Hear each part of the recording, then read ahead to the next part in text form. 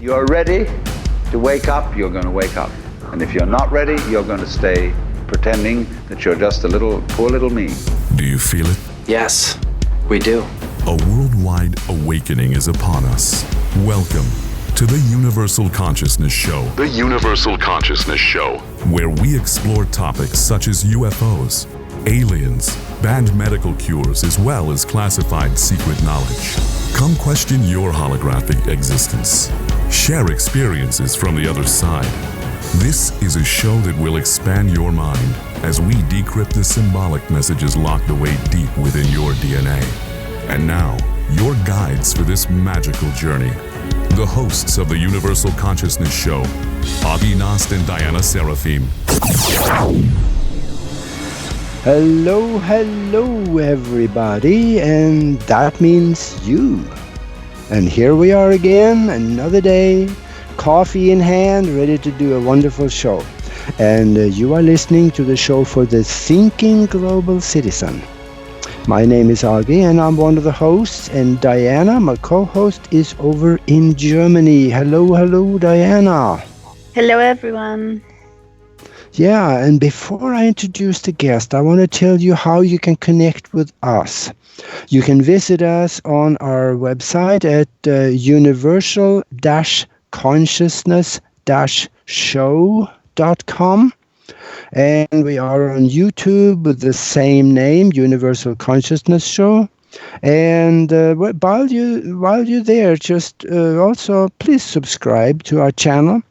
If you like what you hear, then also when you do push that little red subscribe button, there's another one coming up, and that's that little black bell next to it. Click on that too, because then you will get notifications on the new shows are coming, and boy, oh boy, you don't want to miss that.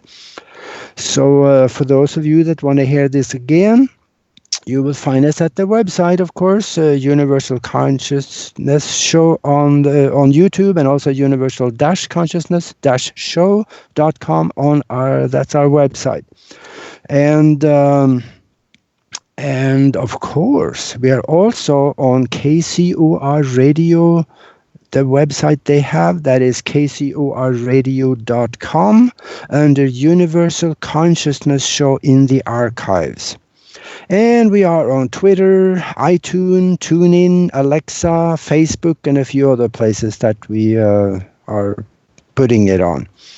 And then there is this wonderful little feature down at the bottom of the page of KCOR Radio.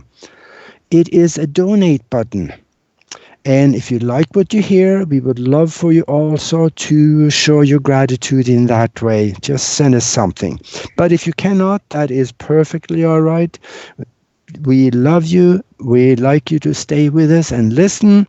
And we are there for you. So, and now we, let's see here. I'm going to get to the guest here. And we have Jeremy Lossman with us, and he has been called Professor of Passion and Big Picture Visionary.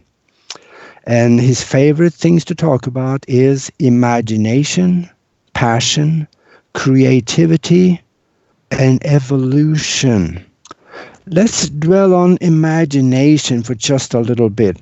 Albert Einstein said something one time, and I'm going to have to paraphrase here because I wasn't there when he said it. Imagination is more important than knowledge, because knowledge only deals with what you know. With imagination, you have no limitations. And that is a good one. So, with imagination, there are no limits at all, and let's remember that as we go through the show.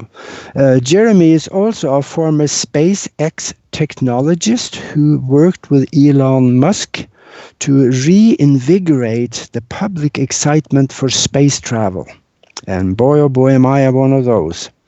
He is also a graduate from Chapman University, and he has developed a form of imagination mind technology, which provides a powerful platform to upgrade negative realities from just a survival mode all the way to peace and thriving passion, which nourishes life on all levels.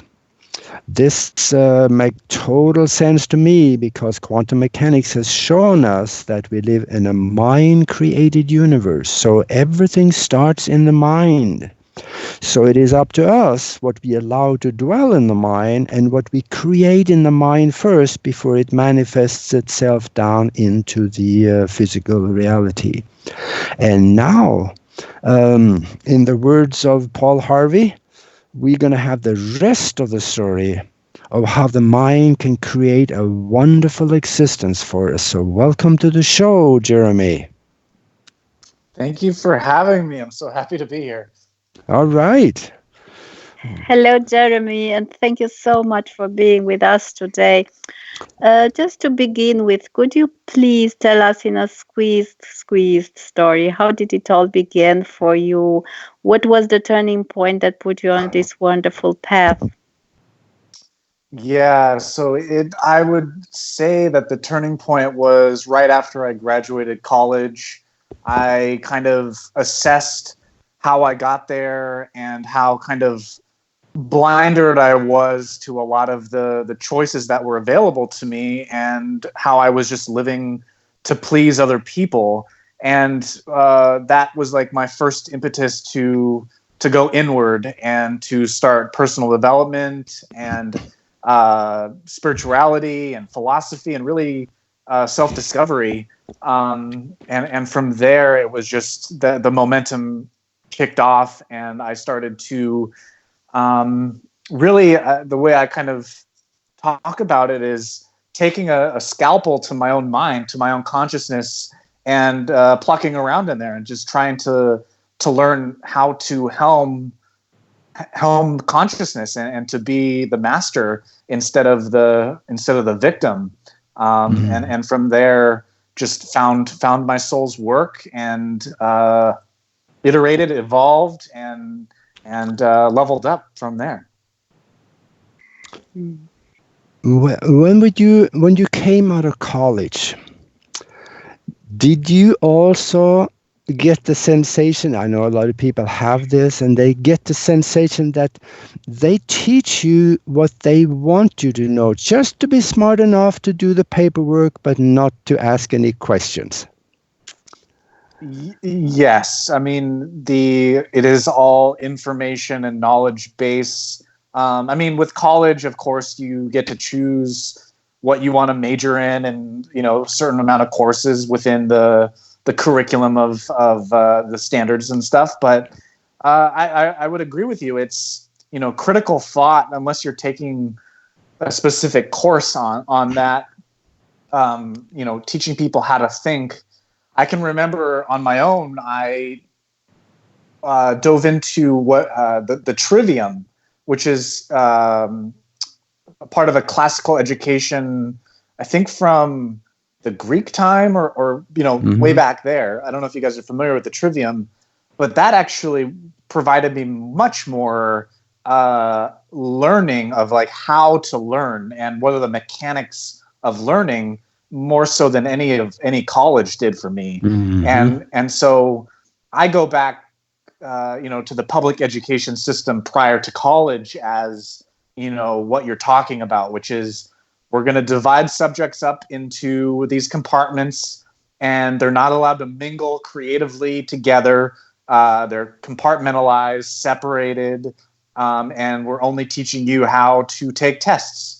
And so I definitely agree that the education system really creates this mold that doesn't foster imagination and creativity. Absolutely, and they should teach people more so to how to think, not necessarily what to think. Yes. There's a difference, a big difference. And you have laid that far behind you now. You have delved into the mind. And like we said, everything starts in the mind. So what actually did you discover that set you on the path of developing this technology that you're talking about now? Mind technology. Yeah, imagination technology. iterated in many different forms as I've grown, but at the core, the initial fire, the initial inspiration was looking at how sensitive I was as a child, how shy, sensitive, empathic, but just didn't know I was empathic, and just feeling all overwhelmed by the amount of data and emotions that I was feeling from other people, family, environment, the world, but just didn't know how to process it.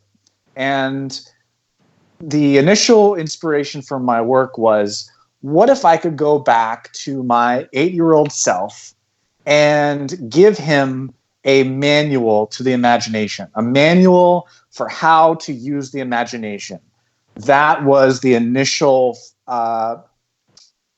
direction of my work. Was I want to understand. I want to break down the mechanics of consciousness, the mechanics of energy, how energy flows from body to mind to spirit and soul, and how it flows all back and forth. That is what I look at as the big picture of imagination technology, the multidimensional flow of body, mind, and spirit, and all of those dimensions in between of the communication, the connection link, and the energetic flow of passion from the physical to the metaphysical to the non-physical.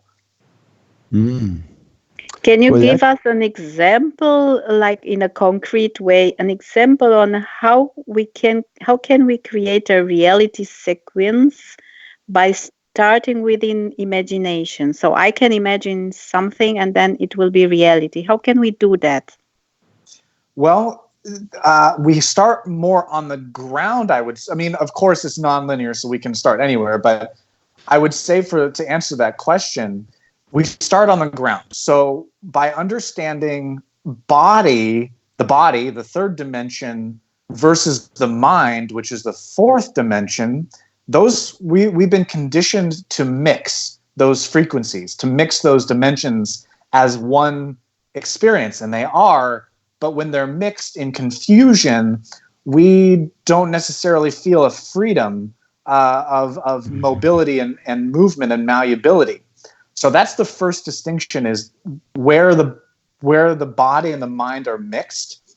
Once you unmix those, then you want to know where the mind ends and the imagination begins. The mind is kind of like the cube or the cage of the personal self, and the imagination is the infinite space around the mind.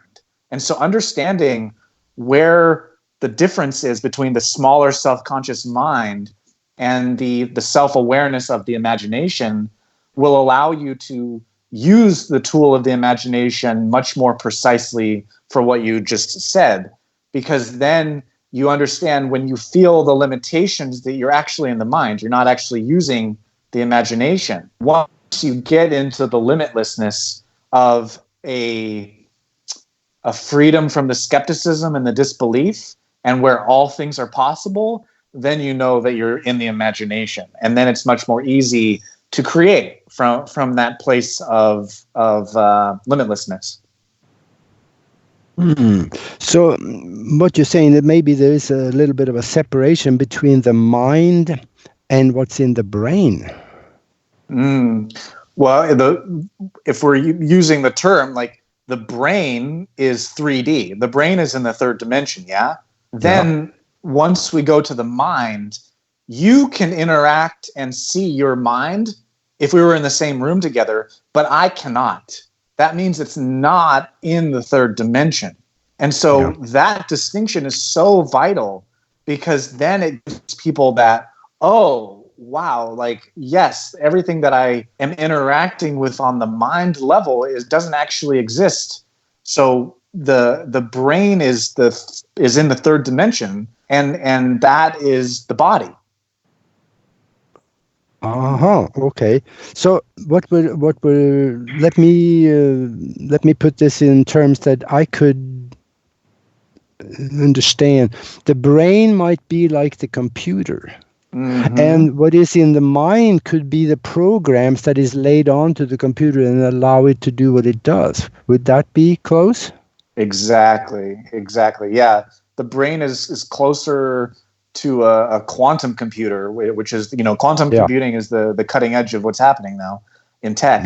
But that's totally spot on. We've got the quantum computer, and then we've got like the operating system, which in this global shift of consciousness is going from survival of the fittest into more of a passion-based abundance. That's the operating system shift. And and so that's why I've invented imagination technology, is because we're in an era where the technological metaphor is something that is current. That is what is speaking to us more so than, a poetic one, or, something that in a prior civilization would have made. Imagination technology really is about looking more at the unification between human and machine, or technology into one consciousness, as in universal consciousness, the name of the show. So what you're teaching then is more or less to unite the brain and the mind in a more efficient way, possibly. Precisely, that convergence, because like we talked about with the education system,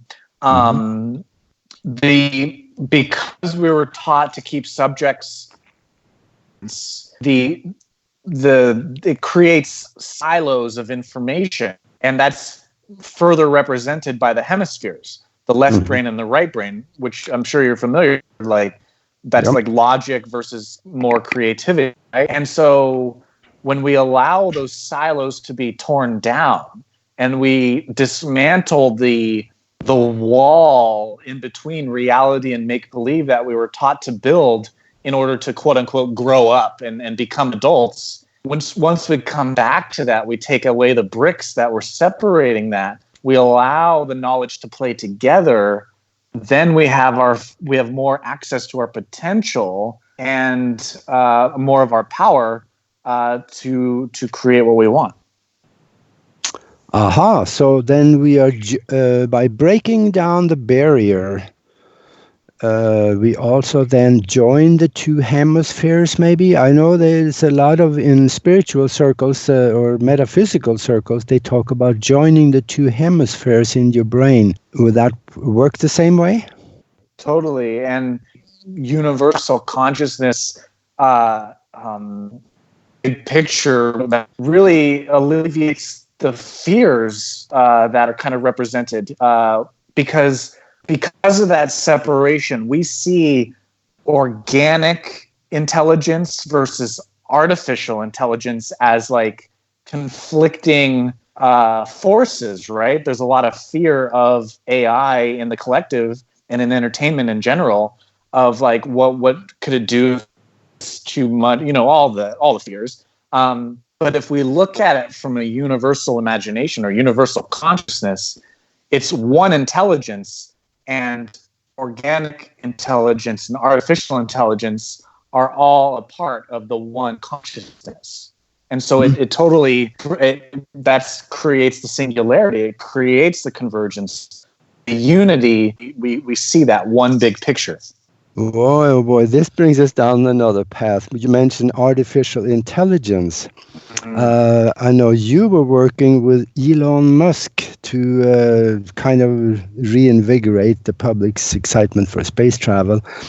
Are you nervous about artificial intelligence? Not right now, but 10, 50 years down the road.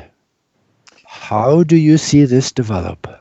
I see the possibilities and I see the fear. What happening is humanity has to be ready for it in order for it to happen. That's the waiting, if we call it like the waiting period of acclimation as we're both ascending the same mountain. So on one side, evolution is to a crescendo, and on the other side, we have technology exponentially increasing, not going towards different points. We're climbing towards the same point. And once we understand that we're only creating ourselves, it's just a reflection of ourselves and the relationship with ourselves. And so technology is actually waiting for us to be ready. So until we upgrade our consciousness as a collective species, we're in relationship together. There is no separation. And so I don't see... Oh, I'm breaking up. Hold on. Okay, but we're getting about 2 minutes to the break here, so let's just continue the thought on this one. You are not nervous then, that because computers are logic, and what we have been doing to Earth is not logical. You are not worried about computers getting to the point where they can replicate themselves and do away with humans? Could that be? See, it's definitely a possibility when survival of the fittest is still the operating system. So when there's still particulates of fear within the energy, within the passion of humanity, then all of that stuff becomes possible. But when you look at it from a quantum mechanics, quantum physics perspective, we're actually going to be transcending logic in a sense, because from the superposition and nonlinear computing, it's not really logical in the sense of linear. And from that all possibilities perspective, it's again, it's waiting for humanity to upgrade in order for us to be on the same level of consciousness with ourselves. It's as above, so below, as within, so without. Like we're not creating anything separate from ourselves in a consciousness perspective. Yeah.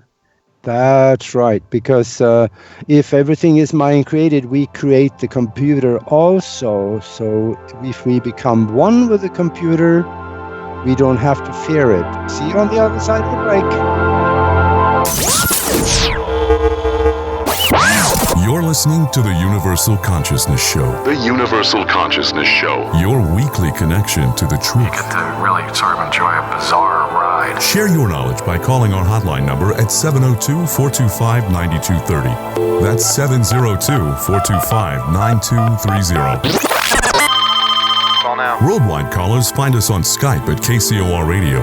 It's time to abandon your fear and question what you think you know. And now, if you will, accompany me on a journey to the future. More awakening awaits. After this, after this, after this, after this, after this, after this. 1 million miles till midnight. A story of timelines, artificial worlds, simulated races, and the galactic imprint, and the destiny of a blue world called Earth. 1 million miles till midnight, written by Solaris Blue Raven, is a journey through the mind's eye, which allows the reader to surf a wave of technological and multidimensional intellect, revealing a bridge between conscious design and the truth. A multidimensional bleed-through awakens the world of artificial intelligence to set sail into the frontiers of a vast multiverse, morphing planets and terraforming ascended worlds beyond the linear programs of a fated race. 1 million miles till midnight will awaken, inspire, prepare, and enlighten one to the many multidimensional states of consciousness and worlds we reside in. With every cell and atom, we are this truth and multiverse. 1 million miles till midnight. Written by Solaris Blue Raven. Available now at Amazon.com. Don't wait. Get your copy today. 30 seconds and counting. Broadcasting to you from another planet, beaming you a world of entertainment. This is the world-famous KCOR. Now listen live online at KCORradio.com. I like everything about this station. When do I listen? Like 24 hours a day. It's my favorite station. I just love the music. It keeps me going at work. Monday nights are about to become hauntingly good, as Reverend Sean Whittington possesses the airwaves with Vegas Supernatural. Tune in every Monday at 5 p.m. Pacific, 8 p.m. Eastern for Vegas Supernatural, exclusively on the KCOR Digital Radio Network. There's a war raging between good and evil. The question is, which side are you fighting on? Tune in Monday nights as Reverend Sean Whittington sets the new standard for paranormal radio with some of the most influential personalities in the world today. Vegas Supernatural, hosted by Reverend Sean Whittington, every Monday night at 5 p.m. Pacific, 8 p.m. Eastern, exclusively on the KCOR Digital Radio Network.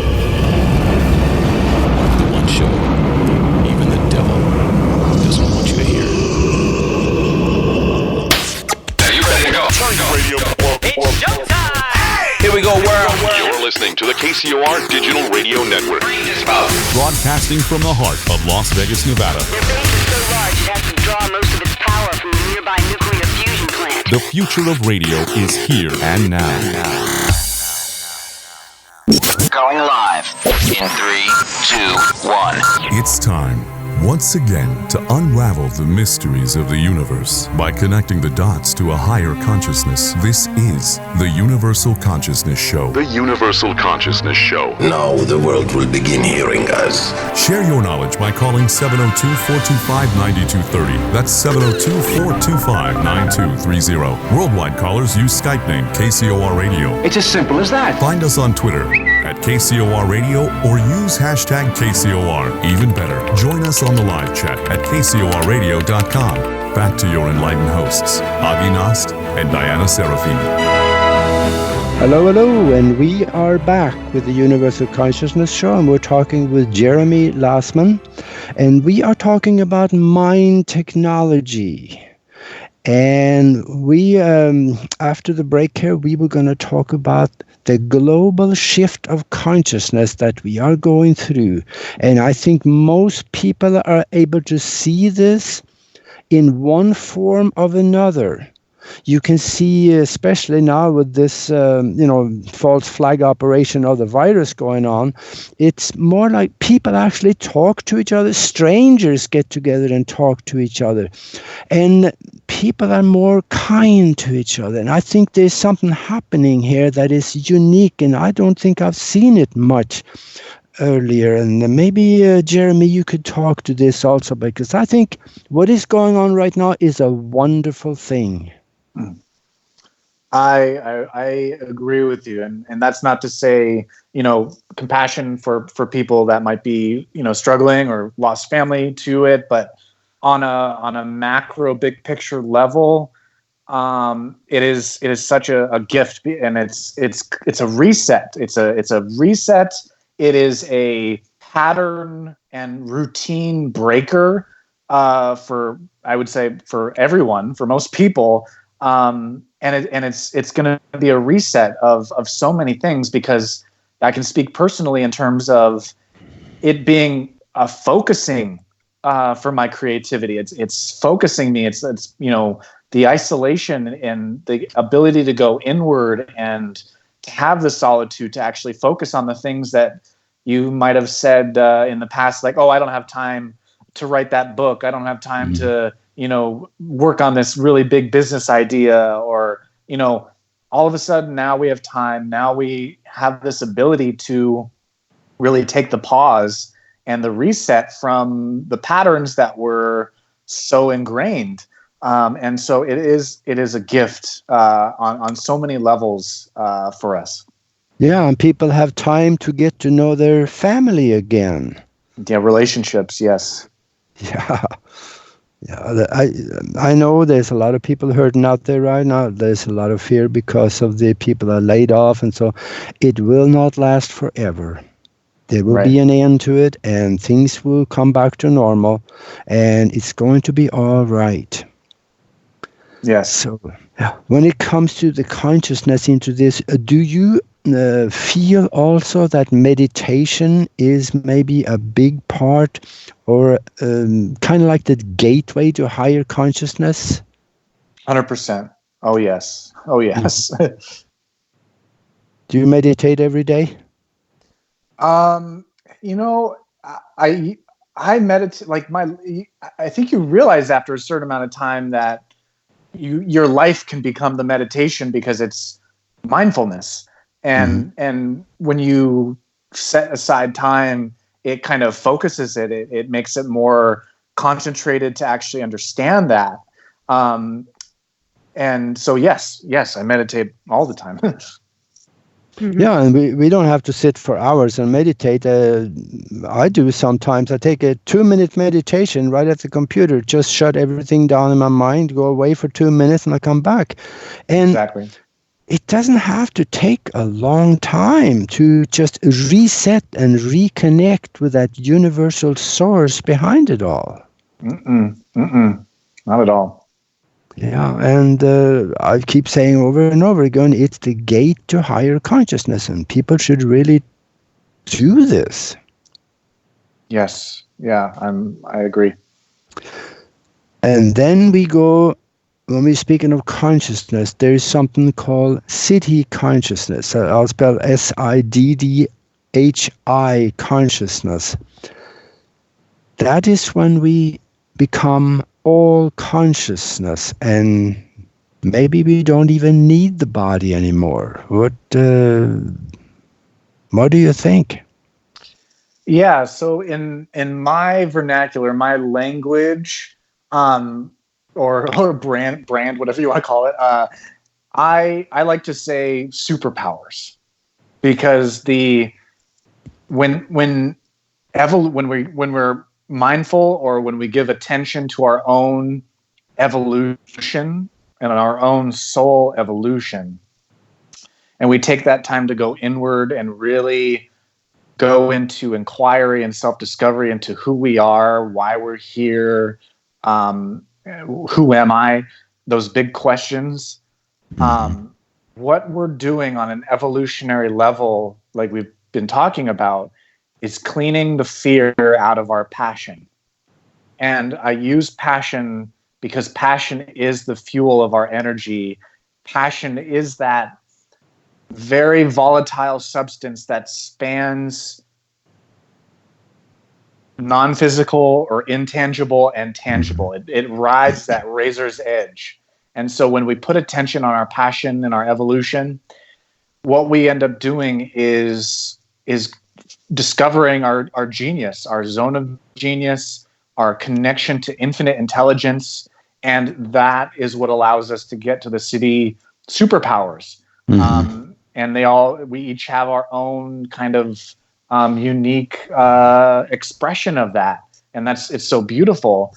And it can be argued the body, I've gone into different rabbit holes of what that is in terms of like kind of taking the body out of the equation and being more non-physical essence, floaty kind of thing. But, coming back into the body, I feel is super important and super valuable because we did come here for a human experience. We did come here because there is an experience and an amazing gift to have a body. And so I look at it like, yes, you go up into the fifth dimension, you go out of the body and you go fly in those higher frequencies and non-physical essence, angel realms and all of that stuff. And you can stay there and you have the free will to do that. But for me, it's always like, how can we land the passion? How can we land the vision here on Earth and really play in these human bodies, in the aliveness and the superpowers, and having the best time. Yeah, and that's the most valuable thing we have, time. Because even though time is a mind-constructed thing that doesn't really exist outside of the physical, because without time we wouldn't be able to experience anything, so we have to have it, and I sure enjoy it. Yes.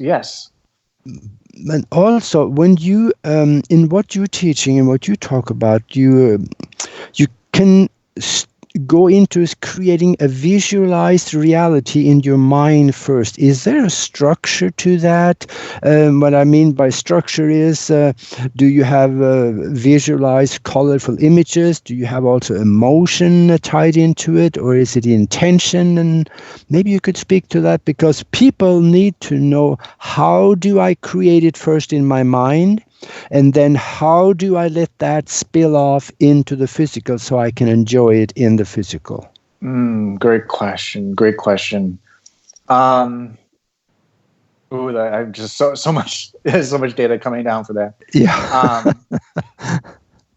There's a couple. Intention is certainly a big factor, because the imagination, in a sense, is virtual reality, and so like you expressed at the beginning, it is limitless. So it's a virtual reality. It's a simulation kind of energy where you get to try things out. You get to time travel. You get to go back to memories. You get to access future possibilities, psychic gifts. Everyone has a whole host of things, because it's infinite, to do.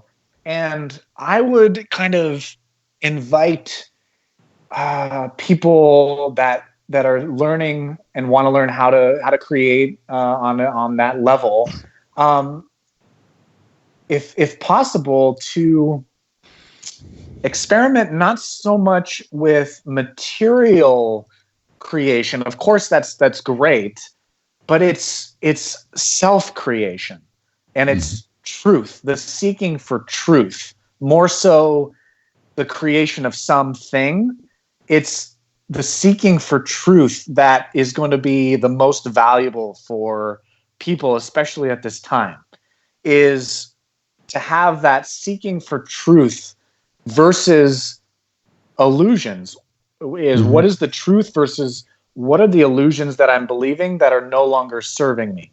And so personal development then becomes self-development, and it kind of transcends personal development in the sense of I'm fixing myself or I'm healing myself. All of that is beautiful, but it becomes more the craft of your vibration, the craft of how you are aligning to your signature frequency, where all the things that you want naturally start to be gravitated to you without you trying to have to create something.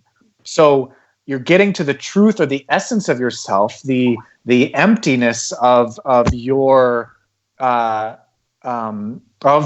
your consciousness, to kind of blank slate what you think of as your state of ego and identity, and making your identity better and putting on more masks, adding.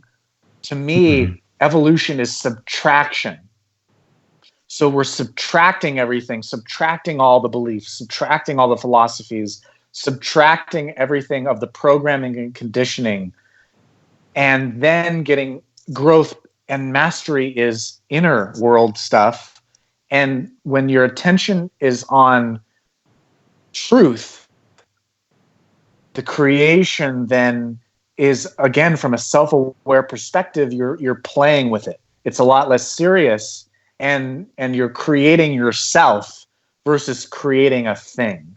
And that is much more potent and much more aligned to soul evolution than just the small game of creating material objects. I hope that makes sense. Yeah, but still, yes. and when you are starting to create something that, let's say I'm doing a mind movie about myself, and I am unlimited, I can put everything there. Is it Yes. not very important? Would it be very important that I really connect to this future, to this sequence, to this event of my life that I'm creating, and just feeling that is already happening in order that I feel the emotion and the joy and the whole positive emotions by watching this mind movie of mine? So is it important, the emotion that I'm feeling connecting So to much. this future event that didn't happen, but I believe it, I already feel it? Yeah. Oh, so much. I mean, that's precisely that's quantum mechanics right there. Is that when you're tuned into that, there is no time, and so you're actually living in a parallel future possibility, and you're feeling it now. And so that is an essential part of manifestation, is to feel the emotional experience of it, but it's not the complete picture of how to empower or superpower evolution or your evolutionary superpowers when it's merely an identity escape or an identity how do I say this? When it's merely just personal. Okay. But when it's the full picture of the consciousness that you're evolving through the actualization of that desire, when that's connected to a collective evolution, and it's connected to the consciousness of your truth, then it has much more fire. It has much more passion to it, because it's not merely just manifesting just for myself, but you're manifesting reality from a bigger picture perspective. Yes, I understand. So we don't have to put our nose into the picture to see it. So we have to step back and see the big picture. Yes. Yes. Okay, I understand. That's so hard to do. Step back, because we always seems to be in the middle of everything. You know, whatever we do, we think of ourselves in the middle of it all. But if we step back and look at the world without us in it, then it looks a little different. You can find things in there that you didn't see before if you remove yourself from the picture. And this is something that I've experienced lately, since I started listening to some of the other gurus on the internet, because I am not that important. I'm just one guy. Mm-hmm. Yeah. But the world around me creates the environment that I am living in from a done perspective, though I created in the first place, and then it's placed there, so now I get the effects off of it. Yes. And this is exactly what I take people through in my course, because it is hard. It is hard to take yourself out of the equation. But that's why I say truth versus illusion. When you are a samurai dedicated to the allegiance of truth, it becomes so much easier to transcend your own personal limitations, because it's like a sword. It's like a samurai sword that can slice everything in the way, all the limitations in the way, from you realizing the emptiness of your consciousness that you already are. There's no becoming, there's no time, because it's the presence. It's an identification shift from person to presence. Mm-hmm. Yeah, speak a little more about your lecture and what you teach. I want to hear more about that. We got about another 8 minutes left, so let's hear about that. Yeah, so with my course, I call it the I Self Training course, and it's how I introduce people to apply or install imagination technology to upgrade from information technology, ones and zeros, to imagination technology, which is quantum. and I do this through the synthesis that we talked about earlier, which is breaking down those 3 dimensions, 3D, 4D, 5D, body, mind, spirit, soul, into essence or a synthesis essence of theories, 3 theories that people, when they apply, will experience an accelerated transformation of their consciousness in order to upgrade into being able to process data more quickly, faster. And so each of these dimensions, I have a theory that corresponds with a kind of a counterintuitive thing than most people are thinking. So, for example, with the 3rd dimension, I say that the body doesn't exist in time. And that kind of counters to what a lot of people feel with how they exist in time. Because once you examine how much time is contained within that, pain in your back, for example, that chronic pain that you've had for so long in your back, if you ask yourself, how much time is contained in that? And you listen to what it says, 30 years worth of time. And then you put this into the hypothesis that the body doesn't exist in time. It makes it much easier to ask yourself, do you really want to carry that anymore? And then from the people that I've worked with and that have taken my course, they experience a radical shift in mental health, in pain, and just the ability to feel relief from the way we've been conditioned to carry time self-consciously. And so I take people through these theories and they become multidimensional in the sense of becoming aware of who they truly are. Mm-hmm. So in other words, they think themselves out of the problem.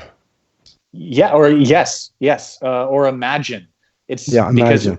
Because thinking is mind, is limitation based. Mm-hmm. But imagination, it's different. It's feeling. Thinking versus feeling is a different way of being. Thinking is doing based existing. Like I'm doing. I'm thinking about thinking. But feeling is being, and it's a lot less thinking. Yeah, that's a good point. Actually, we should be feeling more than thinking, because our mind is going 90 miles an hour and mine was doing 400 miles an hour. I was a pilot, remember? So, yes. So, we always think, but if we start feeling or imagining by vivid, colorful pictures, the world changes on the inside. Yep. Dramatically, radically, and then that shifts reality instantly. Yeah, we got 4 minutes left of the show here now. And what's next for you? You're working on a book, I can feel. Yes, I've got one book that I'm almost done with. I use it with the course right now, and I got a few others. And then I am also working with a few other startups. One in the quantum computing space, and the other in sort of a personal development sense, community network kind of thing. And I'm always looking to work with other brilliant individuals, other companies. I love all of that stuff. All right. Yeah. And let me ask you something. If you could speak to the whole world right now, and the world would be listening, what would you tell them? Wow, that's a big one. I figured that. Yeah.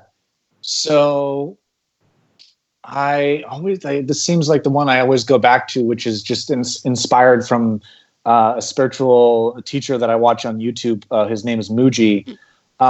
It's just we're being invited into self-discovery and self-realization right now, the journey inward versus the external journey.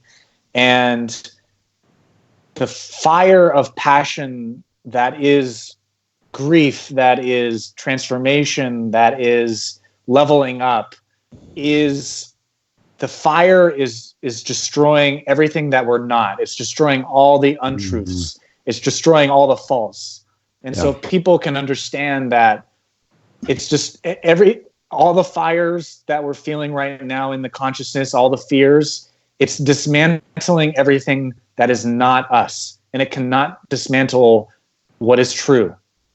And to feel that, to feel the love there, to feel the passion that is alive, and the fires that are burning away everything that we are not right now. And it's just, it's purifying everything. Yeah. And that it's an extraordinary time for our civilization, for humanity, and for planet Earth, and for the universe. Yeah, that should make us think. Actually, no, I'm going to go a little further. That should make us imagine what we can do. Yes, and curiosity. Curiosity is one of the most important portals into imagination. Yeah, absolutely. Well, we are down to about 30 seconds left. So thank you very much, Jeremy, for being with us here and exploring the mind. And we will be back next week with the Universal Consciousness Show again. So we will see you then. Until then, be good to each other. This has been the Universal Consciousness Show. The Universal Consciousness Show. Your weekly guide to a deeper understanding of the all that we are. Well, in a few years, it will be a matter of common sense to very many people that they're one with the universe. It'll be so simple. Live Mondays at 11 a.m. Pacific, 2 p.m. Eastern, exclusively on the KCOR Digital Radio Network. For more information on the show, hosts, or their guests, please visit universal-consciousness-show.com. That's universal-consciousness-show.com. Remember, there's a shift coming, a new earthly paradigm, a shift to universal consciousness. Universal consciousness. This is KCOR Las Vegas, home of the Digital Radio Network, broadcasting from a shack just south of Area 51. Wait, that doesn't exist. This is the KCOR Digital Radio Network. Now for the news.